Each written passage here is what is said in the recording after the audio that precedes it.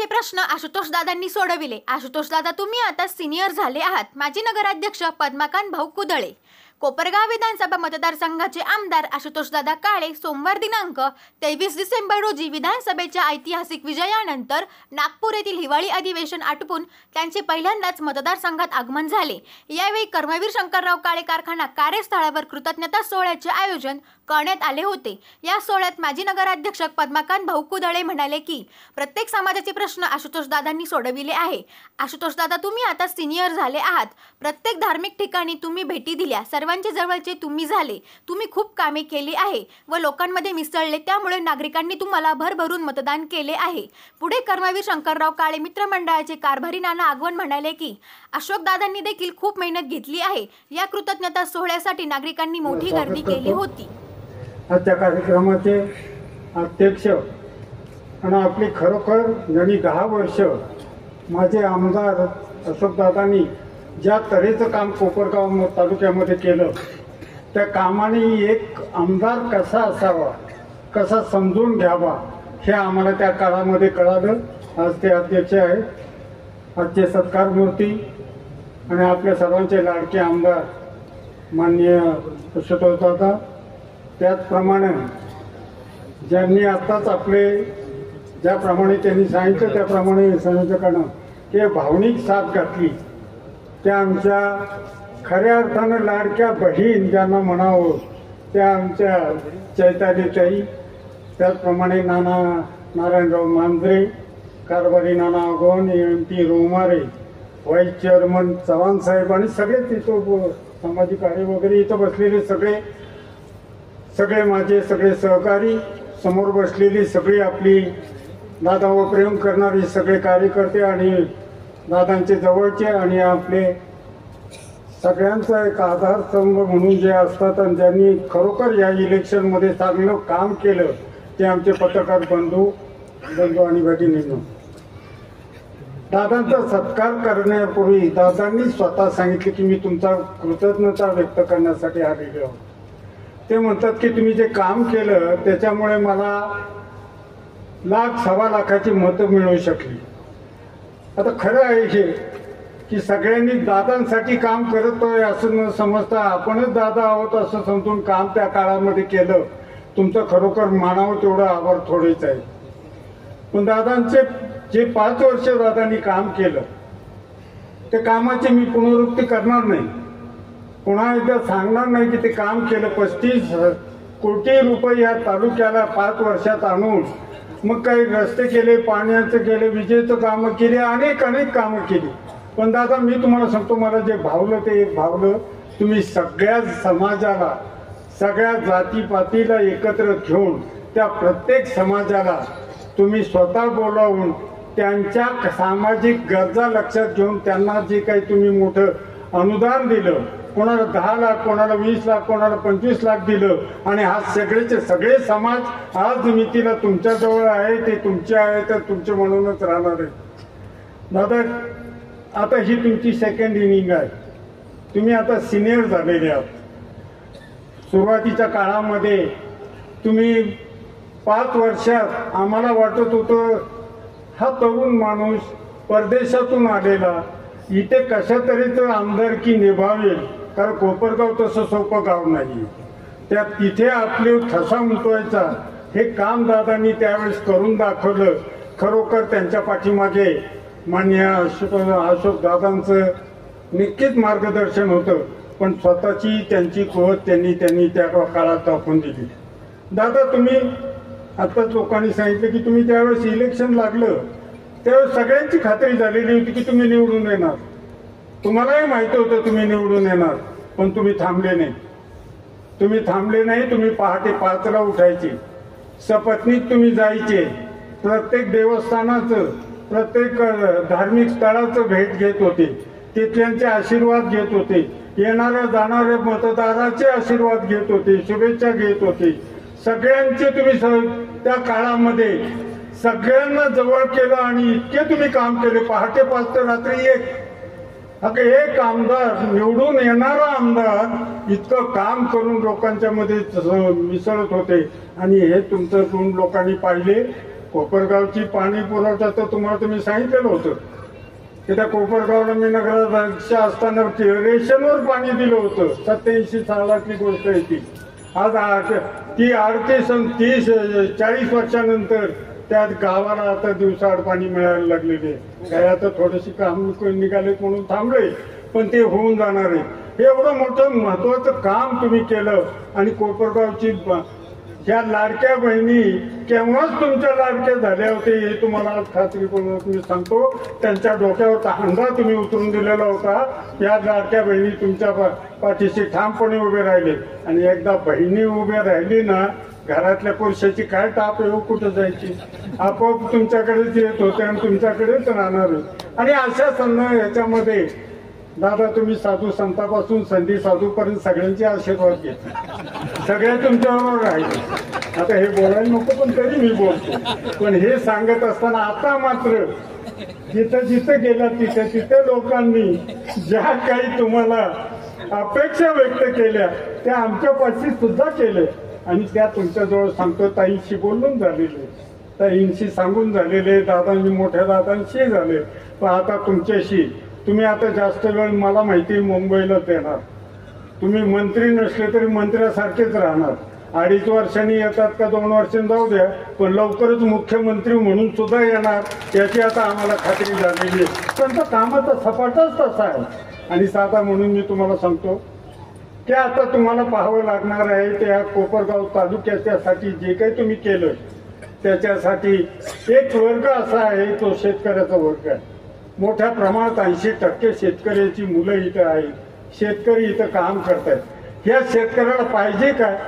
त्याला वेळेवर पाणी पाहिजे, वेळेवर दिवसा वीज पाहिजे, त्याच्या मालाला बाजारभाव पाहिजे आणि त्याच्यावर आसमानी जी आहे संकट येतात ती सोडवणारे पाहिजे. तुम्ही आतापर्यंत केले, विमा दिले, अनुदानं दिली.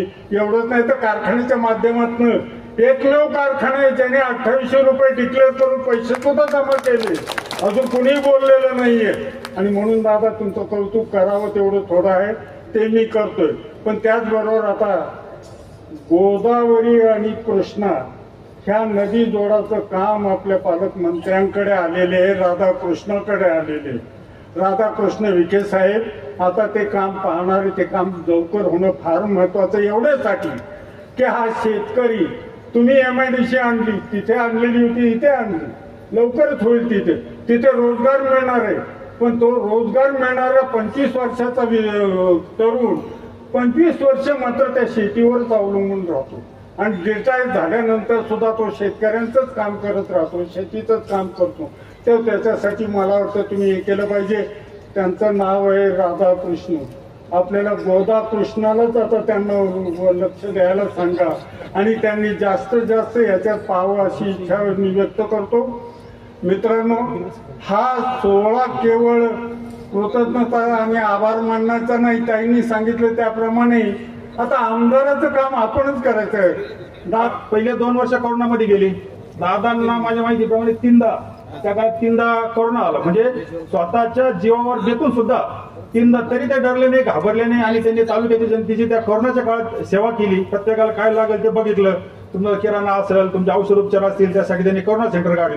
म्हणजे त्यानंतर त्यांना वेळ कमी मिळाला. त्यानंतर परत मध्ये 7-8 महिन्याचं जे महाविकास आघाडी सरकार गेल्यानंतर तो एक काळ आपण सत्तेत नव्हतो. म्हणजे त्यावेळेस दादा सर्वांना आपल्याला शंका होती की दादा आपण सर्व गेलो अजितदादांबरोबर. पण तोच निर्णय रास्त होता, कारण विकास जर आपल्या कोपरगाव तालुक्यात जो करायचा असेल तो पुढच्या खऱ्यात आपण महायुतीच्या सरकारमध्ये गेल्यानंतर तो विकास आपल्या कोपरगाव तालुक्यात दिसला आणि दादा दाखवून दिला. आता दादा आपण म्हणजे जनतेने कोपरगाव तालुक्याच्या तुमच्यावर एवढं भरभरून प्रेम केलंय. आता तुमच्यावर 1.25 लाख मताधिक्याचं बोजा ठेवलाय. त्याच्यामुळे आता विकास या कधी आता तुम्हाला तर थांबून चालणारच नाही, खूप मोठ्या प्रमाणात करावं लागेल. हे म्हणजे आम्हाला वाटतं असं थोडक्यात हुकलंय. पण ह्या पंचवार्षिक मध्ये मला तरी आपल्या सर्वांना मी सांगतो, मला तरी 100% खात्री या पंचवार्षिक मध्ये दादा 100% लाल दिवा घेऊन येणार आणि मग परत आपण तालुक्याचा दादा तुम्ही मंत्री, तुम्ही आमदार, म्हणजे आम्ही सर्व कार्यकर्ते मंत्री आमदारच आहोत. तर दादा तुम्हाला परत एकदा पुढील 5 वर्षाच्या काळासाठी खूप खूप शुभेच्छा देतो. आपल्या सर्व कार्यकर्त्यांनी खूप मनापासून सर्वांनी, म्हणजे असं एकतर्फी जरी निवडणूक होती पण कोणी काही असं म्हटलं नाही एकतर्फी जाऊ द्या, घरोघर जाऊन प्रत्येकाने एक ना एक मत म्हणजे सर्वच्या सर्व समाज जो असेल सर्वांनी आपल्याला मदत केली, सर्वांनी एवढ्या मताधिक्याने माझ्या मते कोपरा तालुक्यात आणि जिल्ह्यातच माझ्या मते इतिहास झाला असेल की 1.25 लाखाच्या मताने, आणि महाराष्ट्रात आपण पहिल्या 5 मध्ये निवडून आलो. त्या सर्व मतदारांचे मी राष्ट्रवादी काँग्रेस पार्टीच्या वतीने मी आभार मानतो आणि या ठिकाणी थांबतो. जय हिंद, जय. खरं म्हणजे हे इलेक्शन सुरुवातीला असं वाटायचं ही आंधी आहे. आम्हाला थोडासा अनुभव होता.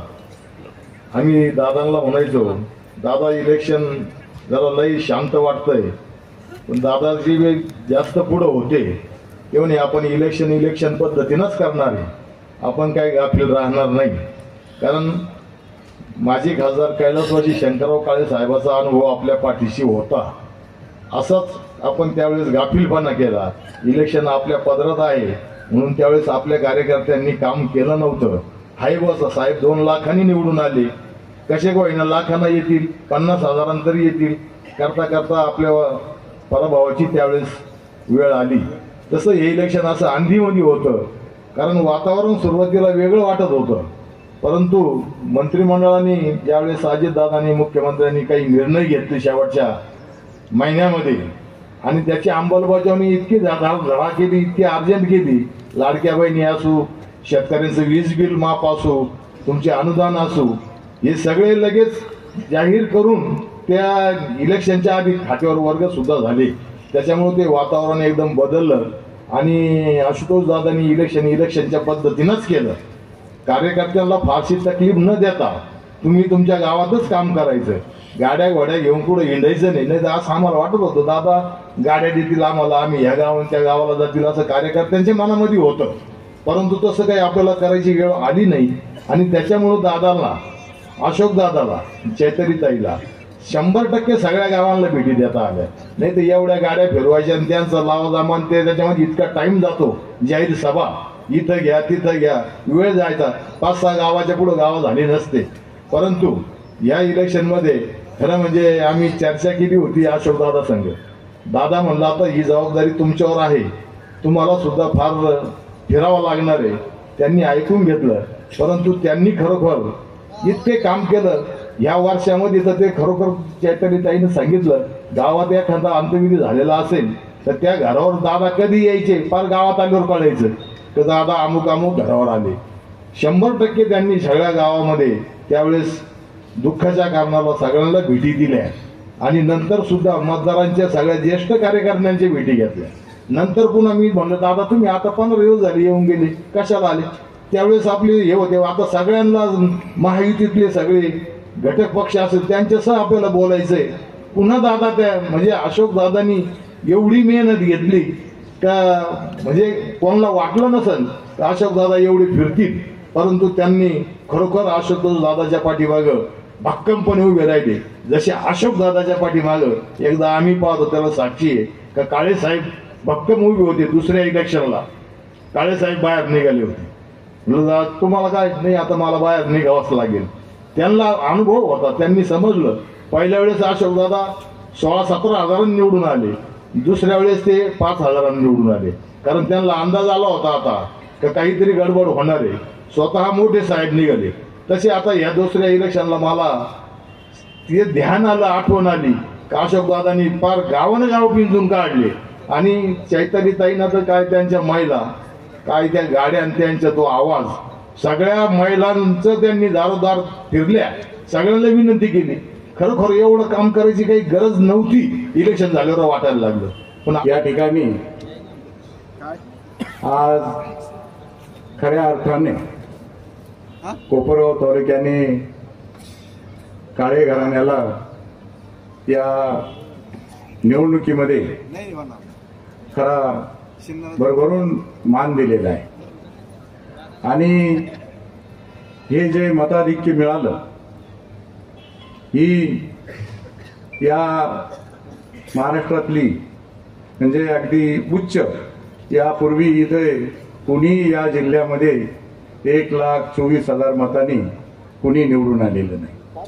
परंतु हे जे मतदान झालेलं आहे, हे जे 5 वर्षामध्ये काम केलं, यावेळेला तर ते निवडून आले, परंतु मागील 5 वर्षात सुद्धा ते पराभूत झालेले असताना सुद्धा त्यांनी जे काम केलं, जे विरोधी पक्ष म्हणून आणि लोकांचं ज्या गरजा आहे त्यासाठी सतत 5 वर्ष काम केलं, म्हणून ते मागच्या वेळेला 800-900 मतांनी निवडून आले.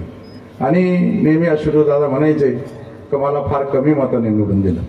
परंतु मला हे सांगायचं आहे, दादा ज्या वेळेला तुम्ही पराभूत झाले त्यावेळेला 35,000 मतांनी पराभूत झालेले होते. जे ते 35,000 जाऊन सुद्धा तुम्ही 800-900 मतांनी निवडून आले, म्हणजे मागच्या वेळेला सुद्धा तुम्हाला लोकांनी 36,000 मतांनी खरं निवडून दिलेलं आहे. आणि आता तुम्ही जे काम केलं, या 5 वर्षात जे काम केलं तर खरं 2.5 वर्ष काम केलं. आणि 2.5 वर्ष काम केल्यानंतर तुम्ही 1.25 लाख मतांनी निवडून आले. आणि 5 वर्षाच्या कामाचा हिशोब तुम्हाला लोकांनी दिला, त्याचीच ही खरी पावती आहे. आता इतक्या मतांनी निवडून आल्यानंतर खरं आता कामाची जबाबदारी अतिशय वाढलेली आहे. जास्त मतांनी जास्त संख्येने निवडून आल्यानंतर भरपूर जबाबदारी वाढते. या महाराष्ट्राच्या विधानसभेमध्ये तिन्ही पक्षांना अगदी खूप भरभरून यश मिळालं, परंतु खूप यश मिळाल्यानंतर त्यामध्ये कुरबुरी सुद्धा होतात. परंतु म्हणून तुम्हाला आता हे लोकांच्या ज्या अपेक्षा आहे तर तुम्ही जे काम केलं आणि तुम्ही खूप काम करणार आहे म्हणून लोकांनी हे खरं केलेलं आहे. आता खंत आमची एवढीच राहिली होती, मी तुम्हाला मागे म्हटलं आता साहेबांबरोबरची आमची जी काम करणारी पिढी आहे ती थकली. आता तुम्हाला एकदा मंत्री झालं पाहिलं का आमचं काम संपलं, परंतु ते काम थोडं अपूर्ण राहिलं. परंतु त्या दिवशी अजितदादांना भेटल्यानंतर आम्हाला अजून आशा आहे का निदान पुढील 2.5 वर्षामध्ये सुद्धा त्यांनी म्हटलं की आम्ही डबल टर्न करू, तर तुमचा निश्चित त्यामध्ये नंबर लागेल आणि आमचं जे अधुरं राहिलेलं स्वप्न आहे ते पूर्ण होईल. ते पूर्ण हो अशीच मी परमेश्वरचरणी साईचरणी या मतदारसंघातील सर्व मतदान केलेल्या लोकांच्या वतीने साईचरणी प्रार्थना करतो आणि माझे 2 शब्द संपवतो. जय हिंद, जय महाराष्ट्र.